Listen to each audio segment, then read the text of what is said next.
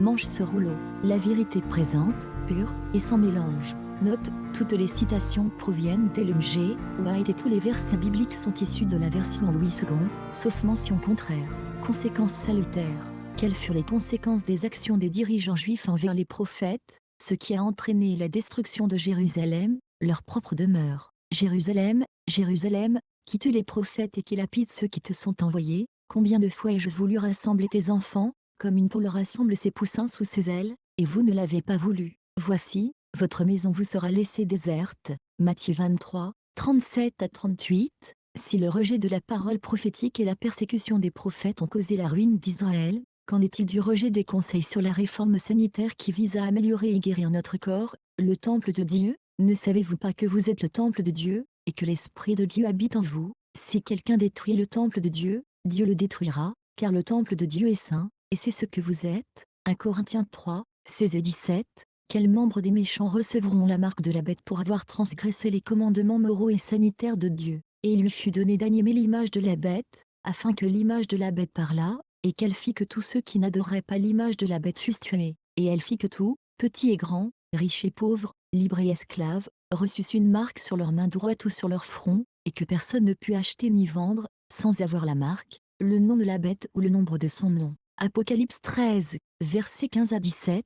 Qu'est-il dit dans les Écritures concernant l'importance de garder les commandements de Dieu que nous devons lui comme un signe sur nos mains? Et ces commandements, que je te donne aujourd'hui, seront dans ton cœur. Tu les liras comme un signe sur tes mains, et ils seront comme des frontaux entre tes yeux. Deutéronome 6, versets 6 et 8.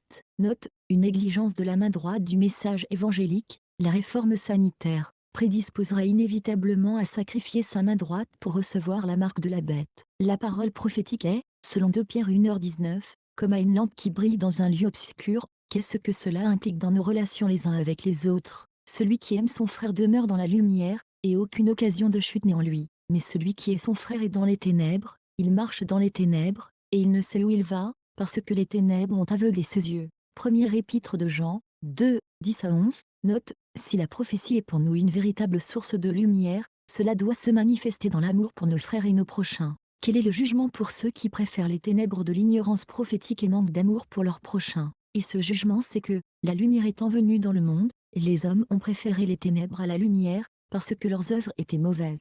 Car quiconque fait le mal est la lumière, et ne vient point à la lumière, de peur que ses œuvres ne soient dévoilées, mais celui qui agit selon la vérité vient à la lumière, afin que ses œuvres soient manifestées, parce qu'elles sont faites en Dieu. L'Évangile selon Jean, chapitre 3, 19 à 21. Note, le lieu obscur, 2 Pierre 1h19, c'est un lieu au cœur absenté de la lumière de la parole prophétique, des commandements de Dieu, de la réforme sanitaire et de l'amour pour son prochain. Si donc il y a quelque consolation en Christ, s'il y a quelque soulagement dans la charité, s'il y a quelque union d'esprit, s'il y a quelque compassion et quelque miséricorde, rendez ma joie parfaite, ayant un même sentiment, un même amour, une même âme, une même pensée. Ne faites rien par esprit de parti ou par vaine gloire, mais que l'humilité vous fasse regarder les autres comme étant au-dessus de vous-même.